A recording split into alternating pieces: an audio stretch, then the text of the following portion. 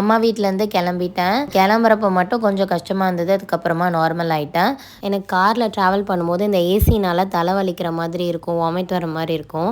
So அதனால் ஒரு ஷாப்பில் நிப்பாட்டி நான் வந்து காஃபி குடிச்சிருந்தேன், ஹஸ்பண்ட் வந்து ஜூஸ் குடிச்சிருந்தாங்க. சென்னைக்குள்ளே வந்த பிறகு கொஞ்சம் டிராஃபிக்காக இருந்தது, அதனால் வீட்டுக்கு வர லேட் ஆயிடுச்சு.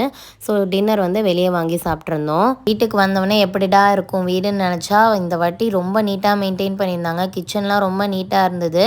பட் என்னென்னா மிஷினில் போட்ட துணி மட்டும் மடித்து வைக்காமல் இருந்தாங்க. அதெல்லாம் மடித்து வச்சுட்டு அன்றைக்கி படுத்துட்டேன். நெக்ஸ்ட் டே மார்னிங் எழுந்தவுடனே டிவியில் திருச்செந்தூர் கும்பாபிஷேகம் லைவ் போயிட்டு இருந்தது. அதை பார்த்துட்டே திங்ஸ் எல்லாத்தையுமே வந்து அன்பேக் பண்ணி எடுத்து வச்சுட்டு இருந்தேன்.